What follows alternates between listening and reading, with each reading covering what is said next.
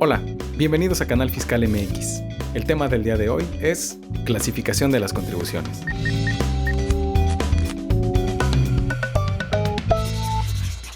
Hasta ahora hemos abarcado los temas del por qué pagabas impuestos y qué destino tienen los mismos.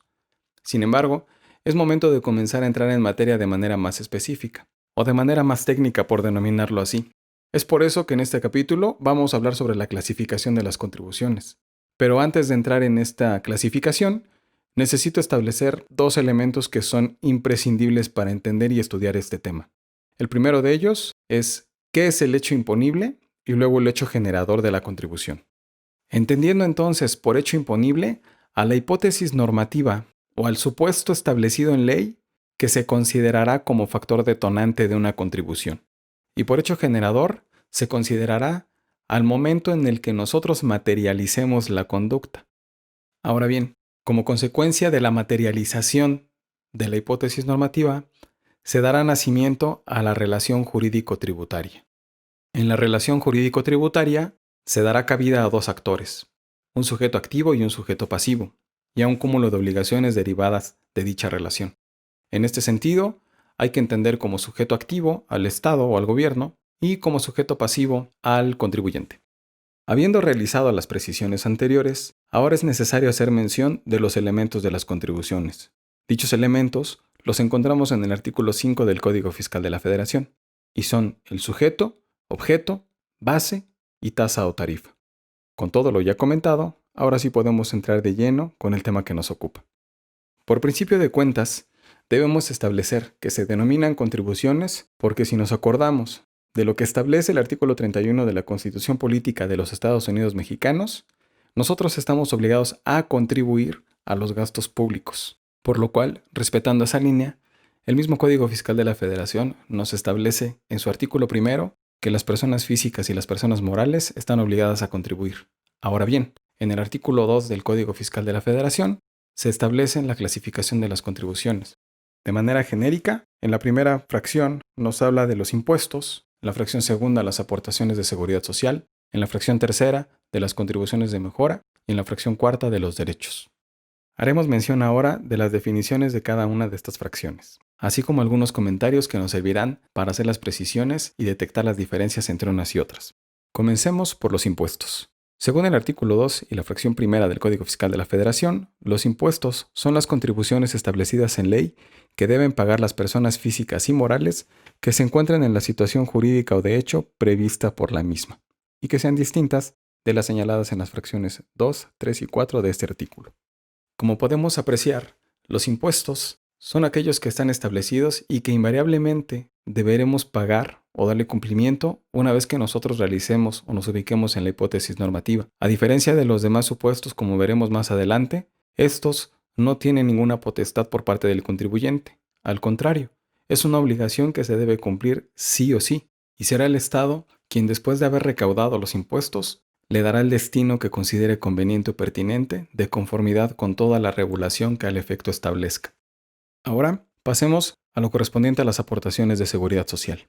La fracción segunda del artículo 2 del Código Fiscal de la Federación dispone que son las contribuciones establecidas en ley a cargo de personas que son sustituidas por el Estado en el cumplimiento de obligaciones fijadas por la ley en materia de seguridad social, o a las personas que se beneficien en forma especial por servicios de seguridad social proporcionados por el mismo Estado. Como es bien sabido, estas contribuciones son las que se enteran directamente al IMSS y al Infonavit. El sustento teórico de estas aportaciones lo encontramos en dos teorías. La primera de ellas, denominada como la teoría del riesgo creado, y que se refiere básicamente a lo siguiente. Cuando los patrones contratan a trabajadores, es una realidad que los trabajadores van a sufrir un demérito en sus capacidades físicas e intelectuales mientras presten el servicio subordinado. Ahora bien, en ese sentido, el patrón está obligado a cubrir esas contingencias que pudieran derivarse de dicho desgaste. Por su parte, la teoría del estado de bienestar, o estado benefactor, se refiere al ejercicio de la función pública para mejorar las condiciones socioeconómicas de la población, y dentro de ello, la salud. Como resultado de la conjunción de estas dos teorías, tenemos entonces que la integración de las aportaciones de seguridad social, en la práctica, se da de una manera tripartita.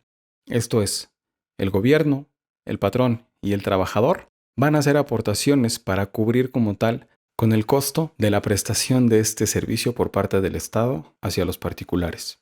De hecho, haciendo una comparación o una analogía, si nosotros contratáramos una prima de un seguro particular, entenderíamos que la prestación o los servicios que se amparen por dicha póliza van incrementando el costo de la misma. En este sentido, podríamos entender la razón por la cual tanto patrones como gobiernos y los trabajadores aportan para dichas prestaciones.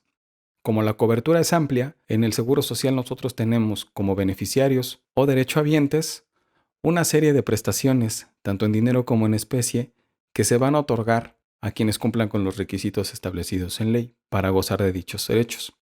Podríamos entender a estas contribuciones entonces como contribuciones con destino específico, ya que está muy claro el destino de los recursos que por las mismas se obtengan. Por último, es necesario aclarar que cuando el mismo código establece que son contribuciones establecidas a cargo de personas que son sustituidas por el Estado en el cumplimiento de obligaciones fijadas por la ley en materia de seguridad social, se refiere al régimen obligatorio previsto en la ley del IMSS. Y cuando habla de las personas que se beneficien de forma especial por servicios de seguridad social proporcionados por el mismo Estado, se refiere al régimen voluntario. Continuando con el tema, es momento de citar a las contribuciones de mejoras, las cuales encontramos en la fracción tercera del artículo 2 del Código Fiscal de la Federación. Dicha fracción establece que las contribuciones de mejoras son las establecidas en ley a cargo de las personas físicas y morales que se beneficien de una manera directa por obras públicas. Aquí existe una mejora en la plusvalía de los inmuebles que son aledaños a la obra pública que el Estado vaya a ejecutar. Como podemos apreciar entonces, en estas no se trata de contribuciones para sufragar gastos corrientes, sino gastos de inversión, como lo refiere Fernando Pérez Royo en su obra Derecho Financiero y Tributario, parte general. Por último, señalaremos a lo que se refiere los derechos, previstos en la fracción cuarta del artículo 2 del Código Fiscal de la Federación, que nos establece que los derechos son las contribuciones establecidas en ley por el uso o aprovechamiento de los bienes del dominio público de la nación, así como por recibir servicios que presta el Estado en sus funciones de derecho público, excepto cuando se presten por organismos descentralizados u órganos desconcentrados, cuando en este último caso se trate de contraprestaciones que no se encuentren previstas en la Ley Federal de Derechos. También son derechos las contribuciones a cargo de los organismos públicos descentralizados por prestar servicios exclusivos del Estado. En esta última clasificación de contribución podemos apreciar claramente la idea de una contraprestación particular frente al Estado, sea por un aprovechamiento de bienes o como tal por la recepción de un servicio público.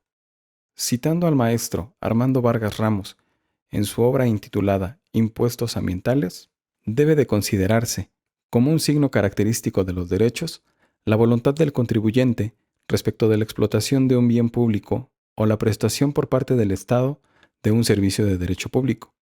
Es decir, que si bien es cierto, la contribución denominada derecho representa, al igual que las otras contribuciones, una prestación de pago obligatoria, pero no puede pasarse por alto que específicamente en los derechos, para que dicha obligación pecuniaria se genere, necesariamente debe intervenir el elemento volitivo del contribuyente, para ponerse en la situación jurídica prevista en ley que genere el pago de la contribución.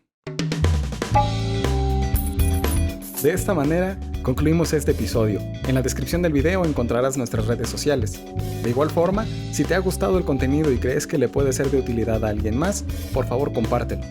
No olvides suscribirte al canal y activar todas las notificaciones para mantenerte al tanto de nuestras actualizaciones. Un abrazo a toda la comunidad de Canal Fiscal MX, que promueve la cultura fiscal.